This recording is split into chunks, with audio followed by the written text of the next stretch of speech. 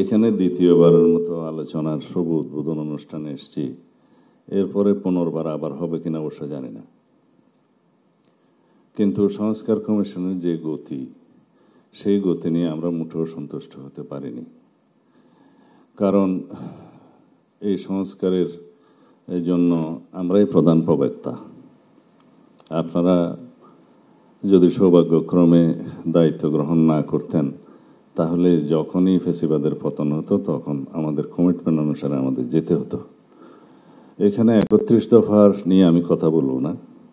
আপনাদের এমন কোনো সংস্কার নেই যেটা 31 দফার সাথে খুব একটা ম্যাচ করে নেই, তেমন না। তবে এর বাইরে আপনারা অনেক বেশি সংস্কার নিয়ে প্রস্তাব দিয়েছেন, এবং যে সংস্কার প্রস্তাবগুলো নিয়ে আমরা 3 দিন আলাপ করেছি অবিরত, বিশেষ করে আমাদের দলের পক্ষ থেকে। এর আগে লিখিতভাবে জবাব দিয়েছি। আপনাদের সংক্ষিপ্ত ভার্সনের যেটা আপনারা স্প্রেডশিট বলেন, সেটার সাথে আমরা খুব একটা একমত হইনি, যেহেতু এখানে বিভ্রান্তি সৃষ্টি হয়েছিল কিছু।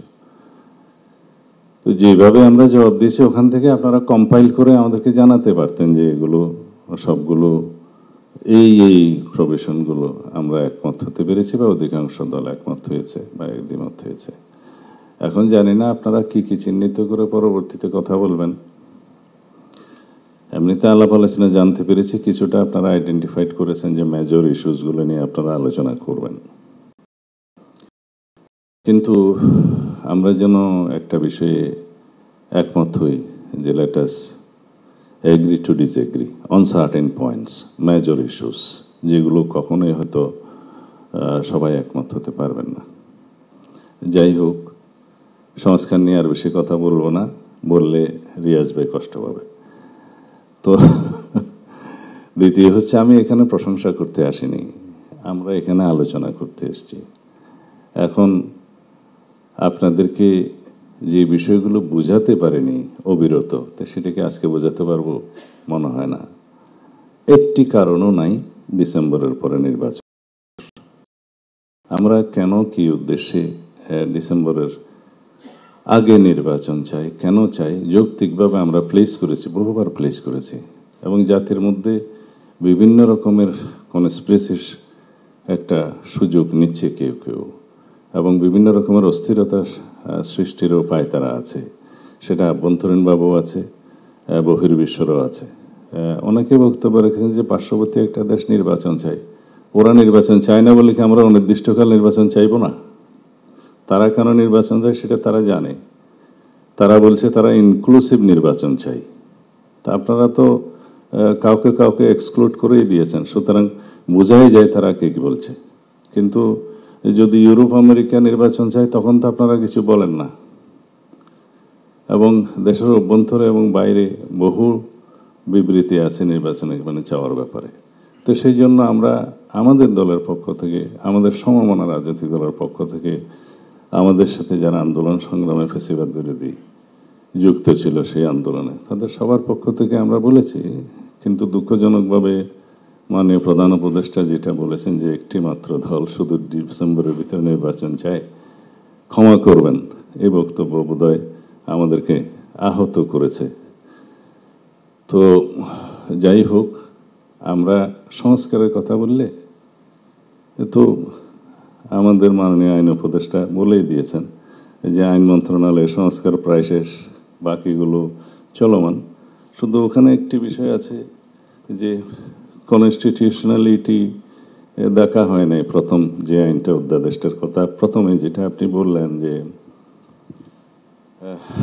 জাজেস রিক্রুটমেন্ট অর্ডিন্যান্স বোধহয় 2025 যেটা হয়েছে, এখানে এমনকি যে জাজেস রিক্রুটমেন্ট কাউন্সিল যেটা ফরমেশন হয়েছে, সেটার কনস্টিটিউশনালিটি নাই।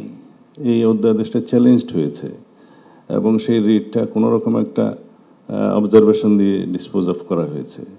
এখানে ম্যান্ডেটরি করা হয়েছে কাউন্সিলের রিকমেন্ডেশনস অন দি প্রেসিডেন্ট, যেটার কনস্টিটিউশনালিটি নাই। আর্টিকেল 95-এর সেকশন 1-2 সাথে এটা কন্ট্রাডিক্ট করে। তা আমরা চাই তো জুডিশিয়ারির একেবারে কমপ্লিট ইন্ডিপেন্ডেন্স, কিন্তু সেটা একটু কেয়ারফুলি এই অর্ডিন্যান্স আইনগুলো না করলে পরবর্তীতে কোয়েশ্চেন থাকবে এবং সেটা রেটিফিকেশনের জন্য পরে সমস্যা হবে।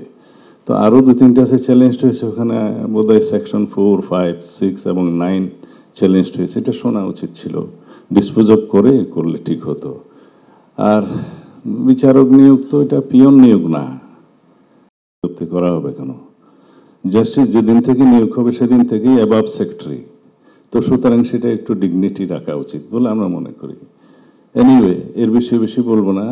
আর যে সমস্ত অর্ডিন্যান্স নিয়ে আপনারা কথা বললেন, শুধু ল মিনিস্টার আছে বলে ল মিনিস্ট্রি কথা বললো, সমস্ত সংস্কারগুলোর যতগুলো এগ্রিড হয়েছে, বিশেষ করে ইলেকশন সিস্টেম সংক্রান্ত, কনস্টিটিউশন সহ ওখানে আইন আছে 12টা, কনস্টিটিউশন সহ 13টা। সেই আইনের মধ্যে যতগুলো সংস্কার প্রস্তাব হয়েছে 3 মাস আগে আমরা এগ্রিড হয়েছি। এটা এখানে বদিউল আলম মজুমদার সাহেব আছেন, ইচ্ছা করলে এর ভিতরে সেগুলো অর্ডিন্যান্স করা যেত, ছোটখাটো সমস্তগুলো, অ্যাকসেপ্টিং দি কনস্টিটিউশনাল অ্যামেন্ডমেন্ট, যেটা প্রয়োজন হবেও না, এটা করে। আর অন্যান্য বিষয়ে জুডিশিয়ারির ক্ষেত্রে এবং প্রশাসনের ক্ষেত্রে, আপনার দুদকের ক্ষেত্রে, এটা তো বলতে গেলে অলমোস্ট সবাই এগ্রিড হয়েছে ম্যাক্সিমাম পয়েন্টে। 2-4টে যেটা হয়নি সেটা বাদ রাখতেন, তো সংস্কার তো শেষ। আর বিচার দৃশ্যমান হয়েছে। আর বিচারের মধ্যে কি কোনো রোডম্যাপ দেওয়া চায়? অনেকে বলেছেন বিচারে যদি রোডম্যাপ দিতে বলেন সেটা হবে ইনজাস্টিস, বিচারের রোডম্যাপ হবে না। বিচার শুরু হয়েছে, করার জন্য যা যা করা দরকার, ডিস্ট্রিক্ট সাপোর্ট, ইনকোয়ারি টিম বা প্রসিকিউশন টিম যা যা বাড়ানো দরকার, ট্রাইব্যুনাল বাড়ানো দরকার, যা কিছু সাপোর্ট দরকার সেটা সরকার করবে। আমাদের প্রয়োজন হলে আমরা কোঅপারেট করব, বিচার চলবে সেটার গতিতে। এবং সেটা তো বিচার এখানে সমাপ্ত হলেও আপিল হবে, আরো অনেক কিছু হবে। তবে প্রধান উপদেষ্টা জাতি অবশ্যই দেখতে চাচ্ছে বিফোর 5th আগস্ট অ্যাটলিস্ট একটা বিচার যেন মানুষ রায় দেখতে পায়। অবশ্যই এর মধ্যে কোনো জোরাজুরি জবরদস্তি নেই, কিন্তু এটা জাতির প্রত্যাশা। এখানে আপনার একটু প্রশংসা করি যে মাননীয় আইন উপদেষ্টা হোক, আইসিটি ট্রাইব্যুনাল হোক, একটা কেস কয়েকজন আসামি সেটা আইডেন্টিফাইড করেছেন, ট্রায়ালটা খুব শীঘ্র করা সম্ভব। এরকম আরো 1 to 10 পর্যন্ত করার জন্য আমি মাননীয় আইন উপদেষ্টাকে অনুরোধ করব। এগুলো প্রায়োরিটি, বাকিগুলো হবে। আমি কালকে ওখানে নিজে মামলা করতে যাব। আমার বিরুদ্ধে খুব কমপ্লেন উঠেছে আমি নাকি মামলা করছি, নাকের মধ্যে রহস্য আছে, সেজন্য কালকে যাব মামলা করতে। যাই হোক, সেগুলো পরে করলেও হবে। প্রায়োরিটি হচ্ছে এগুলো, মানুষ দেখতে চায়, জাতি দেখতে চায়। এবং আমরা যে কালকে দেখলাম সেটার প্রশংসা করি যে এইভাবেই যেন ট্রান্সপারেন্টলি পুরো জাতি ওপেন কোর্ট ট্রায়াল দেখতে পায়। এনিওয়ে, মাননীয় প্রধান উপদেষ্টা, আমাদের উপরে আপনি মনক্ষুণ্ণ হবেন না। আমাদের চাইতে বেশি সাপোর্ট আপনাদেরকে আর কেউ দিয়েছে বলে আমি জানি না। আমাদেরকে প্রতিপক্ষ ভাববেন না। পুরো উপদেষ্টা মণ্ডলীর কর্মকাণ্ডে কোনো কোনো সময় আমাদের মনে হয়েছে যেন আমরা অপোনেন্ট বা প্রতিপক্ষ, সেটা আমাদেরকে বুঝতে দেবেন না। আপনারা দয়া করে আদালতের রায় বাস্তবায়ন করে, যেখানে আইনের শাসন নাই, মানুষ যাতে মনে না করে যেখানে আদালতের রায় বাস্তবায়ন হচ্ছে না, সেটা এখন দৃশ্যমান হচ্ছে। আমাদেরকে বাধ্য হয়ে রাস্তায় যেতে হচ্ছে, মানুষকে বাধ্য হয়ে রাস্তায় যেতে হচ্ছে। আমরা সেটা আপনার কাছে আশা করি না।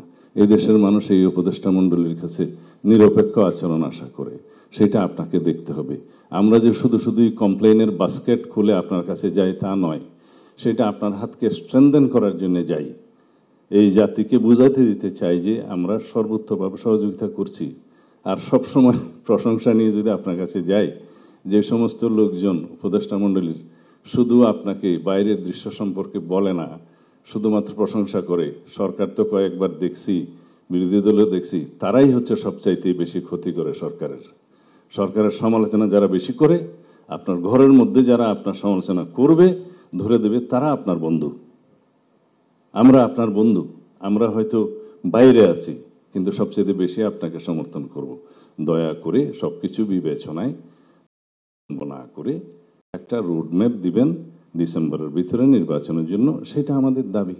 আর যদি কোনো যুক্তি থাকে তাহলে পরে আপনি সেটা জাতির কাছে উপস্থাপন করবেন এবং সেভাবে বলবেন। এখানে সবাই সেই কথাই বলেছে, যাতে আমরা ফ্যাসিবাদ বিরোধী জাতীয় ঐক্যটাকে ধরে রেখে শক্তিতে পরিণত করে আগামী দিনেও আমরা একটা বাংলাদেশ, এমনভাবে কার্যকর বাংলাদেশ, গণতান্ত্রিক বাংলাদেশ বিনির্মাণ করতে পারি, যেখানে আমরা সবাই নিজেদের মধ্যে বিতর্ক করব, আমরা সবাই নিজেদের মধ্যে দ্বিমত হব, বহুমত হব, কিন্তু রাস্তা একটাতে এগিয়ে যাব।